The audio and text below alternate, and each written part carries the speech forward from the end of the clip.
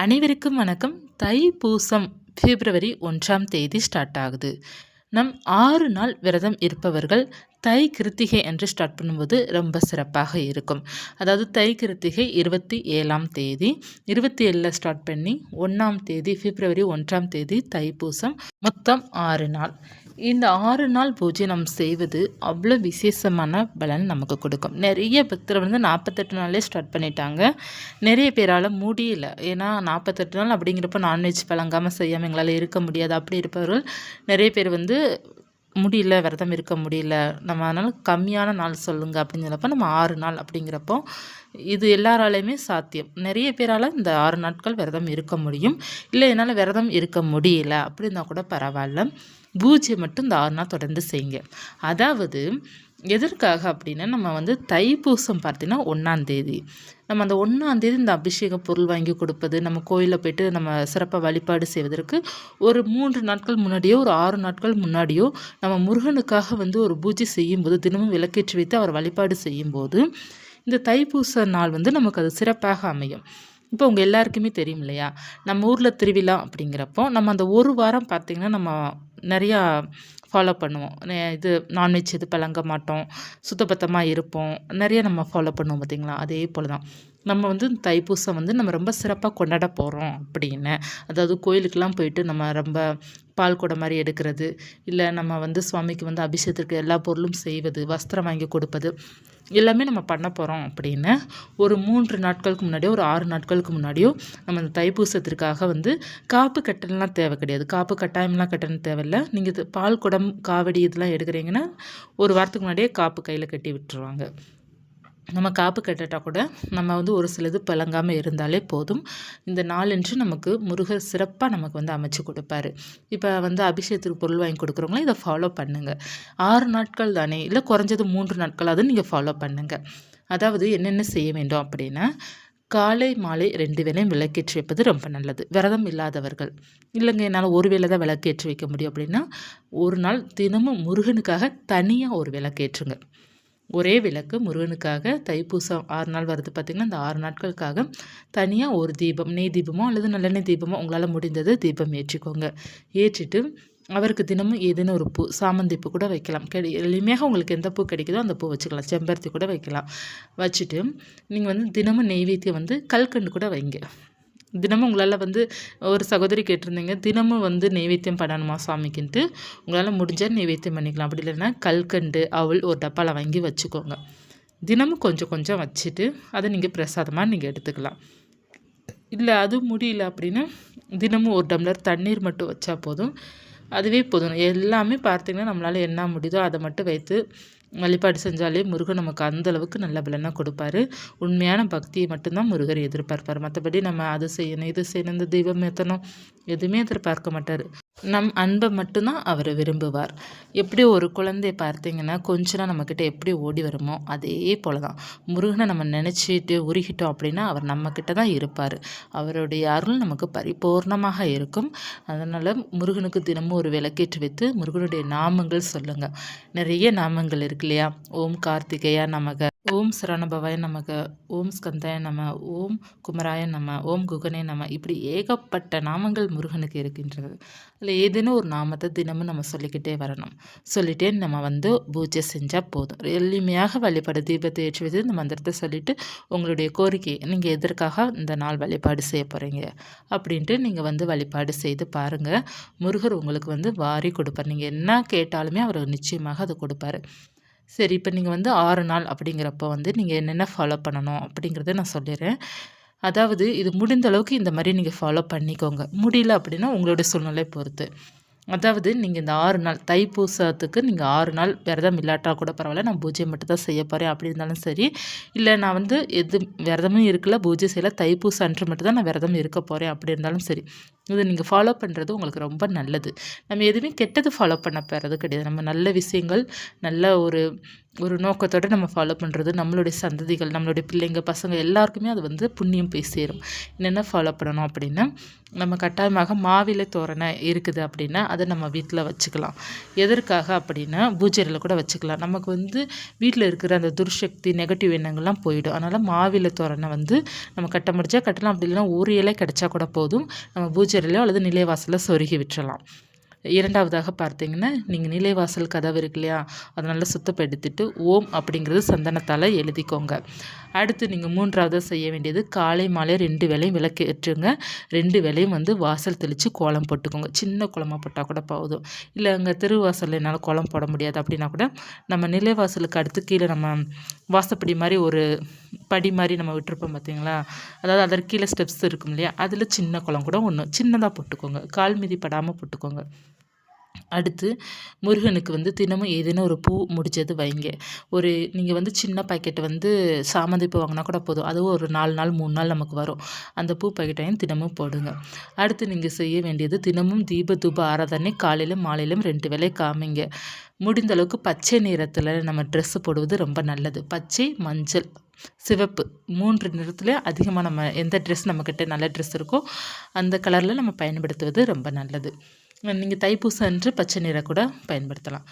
ஏன்னா முருகனுக்கு உகந்தது பச்சை நிறம், சிவப்பு நிறம், மஞ்சளும் நம்ம பயன்படுத்தலாம். மஞ்சள் நிறம் வந்து ரொம்ப மங்களகரமான நிறம். மஞ்சள் நிறமும் நம்ம பயன்படுத்தலாம்.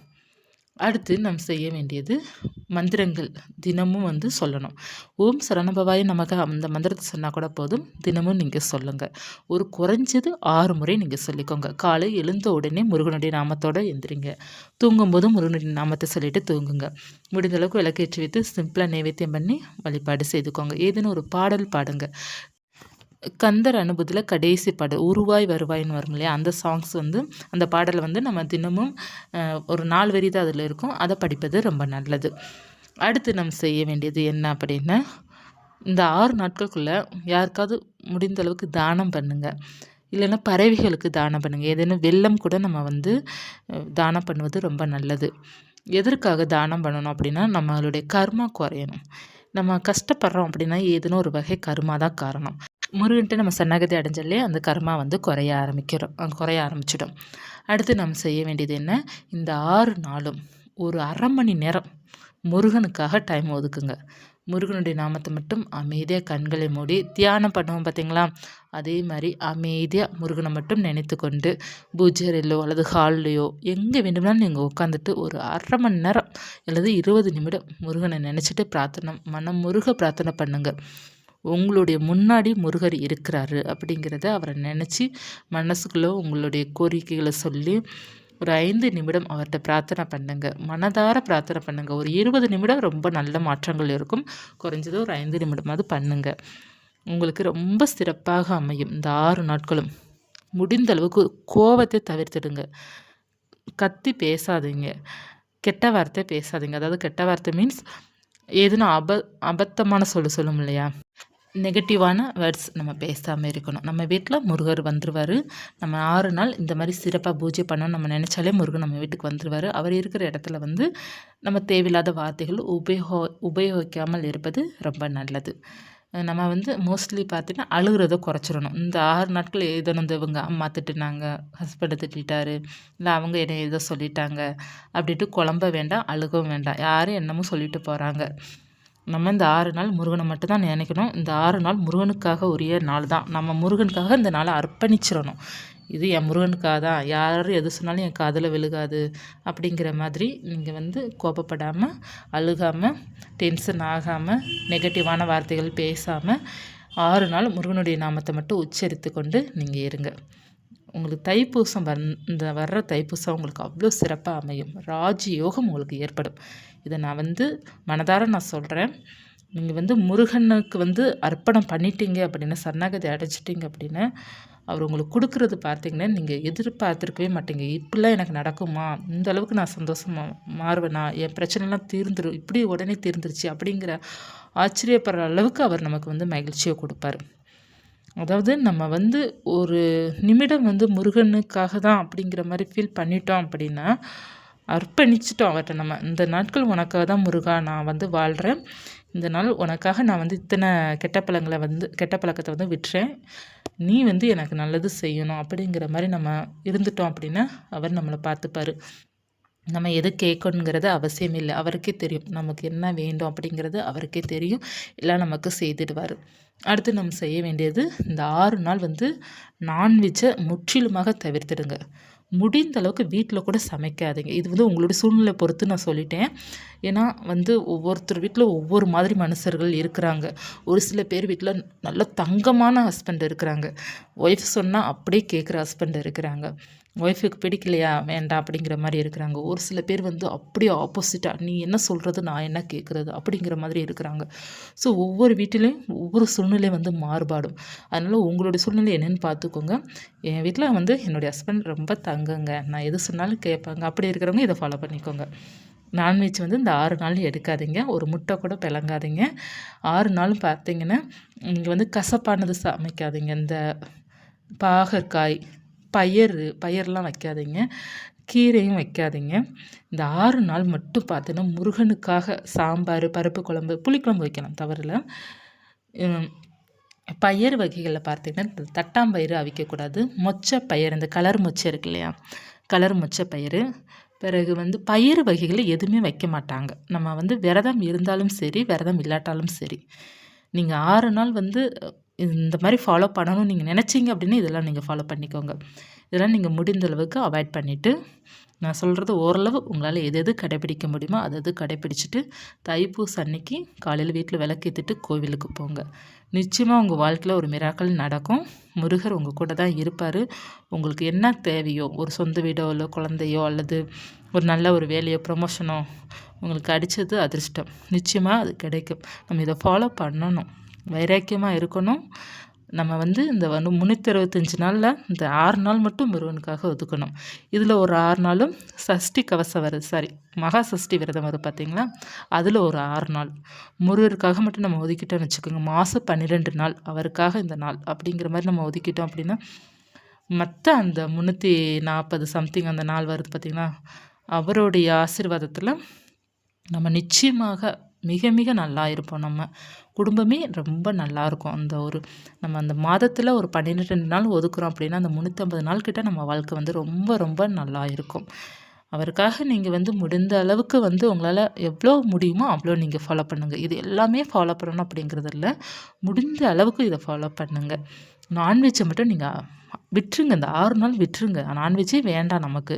முட்டையும் வேண்டாம், ஒன்றும் வேண்டாம். நமக்கு முருகர் மட்டும்தான் வேணும் அப்படிங்கிற மாதிரி நம்ம வேண்டிக்கணும். ஏன்னா முருகர் அருளோடு தான் நம்ம இந்த அளவுக்கு நல்லா இருக்கிறோம். அதை நீங்கள் மனசில் வச்சுக்கோங்க. அதாவது முருகர் பக்தர்களுக்கு சொல்கிறேன். எவ்வளோ கஷ்டமான சூழ்நிலை இருந்தாலும், எவ்வளவோ நம்ம பாதிக்கப்படுற மாதிரி ஏதேனும் ஒரு விஷயங்கள் நடந்தாலும், அதிலிருந்து காப்பாற்றி கொண்டு வருவது முருகன் மட்டும்தான். நமக்கு வந்து ஒரு சில விஷயங்கள் அது நடக்கணும் அப்படிங்கிறது விதி இருக்கும். அதாவது கர்மா சொல்கிறோம் இல்லையா? அது விதி இருக்கும். அதில் இருந்து ஓரளவு மட்டும் நம்மளை வந்து கொடுத்து, முருகர் அதில் நம்மளை மீட்டு கொண்டு வருவார். அது வந்து ஒரு சில பக்தர்கள் உணர்ந்தவங்களுக்கு தெரியும். அதிலிருந்து அவர் எப்படி மீண்டு நம்மளை கொண்டு வராரு அப்படின்ட்டு. எல்லா பக்தர்களுமே உணர முடியும். முருகரை நம்ம நம்பிட்டோம் அப்படின்னா, அவர் ஏதேனும் ஒரு ஒரு மிராக்கிள் நம்மக்கிட்ட நிச்சயமாக காமிப்பார். அவர் நம்ம கனவுல கட்டாயமாக வருவார். நம்ம ஜோதி ரூபத்தில் நமக்கு காட்சி கொடுப்பாரு. எங்கேயாவது நம்ம முருகனை சடனாக நம்ம பார்ப்போம். ஏதேனும் ஒரு அற்புதத்தை நம்ம வாழ்க்கையில் வந்து கொடுத்துட்டே தான் இருப்பார். சோதனைகளும் நமக்கு அப்பப்போ வரத்தான் செய்யும். எல்லாத்தையும் நம்ம வந்து சரி பண்ணி நம்மளால் கொண்டு வர்றதுக்கான தைரியத்தையும் அவர் கொடுத்துருவாரு. அவர் நம்மளை சிறப்பாக வாழ வைப்பாருங்க. நான் அது மட்டும் உறுதியாக சொல்கிறேன். அதாவது நம்ம முருகனை நம்பிட்டோம் அப்படின்னா, நமக்கு சோதனைகள் வரதான் செய்யும். அது வராமலாம் இருக்காது. அது நம்ம நல்லதுக்காக தான். அதே மாரி ஏதேனும் ஒரு விஷயம் நம்ம வந்து சாமிட்ட வேண்டியிருக்கிறோம் அப்படின்னா, அது நடக்கல அப்படின்னா, நீங்க கொஞ்சம் காத்துட்ருக்கணும் அப்படிங்கிறது முருகனுடைய சொல் அது. நம்ம அத நம்ம வந்து எடுத்துக்க மாட்டோம். ஆனா அது உண்ம. நமக்கு அந்த நேரத்தில அது நடந்தா அதனால எதனா ஒரு பிரச்சனை நமக்கு வரும். அதனால முருகர் வந்து நம்மள காத்திருக்க வச்சுருவாரு. ஆனா நம்ம நினைச்சது கட்டாயமாக நடக்கும். கொஞ்சம் நாட்கள் கழிச்சு அது நடக்கும். அதனால பொறுமையா நம்மள இருக்க சொல்லுவாரு. அவரு நம்ம இப்ப இந்த வேண்டுதல் வைக்கிறோம்னு வச்சுக்கோங்களேன், நமக்கு ஒரு வேள நடக்கலையா அப்படின்னா, கொஞ்சம் பொறு அப்படிங்கிற மாரி முருகன் நமக்கு வந்து சொல்வாரு. நம்ம பொறுமையா இருக்கும்போது, அந்த வேண்டுதல் வந்து சிறப்பா நமக்கு அது நடக்கும். கொஞ்ச நாட்கள் நமக்கு அது நடந்துரும். நமக்கு அந்த பொறுமை நமக்கு இல்லாம போயிடும். நம்ம நெனச்சோமே இன்னும் நடக்கலையேன்ட்டு.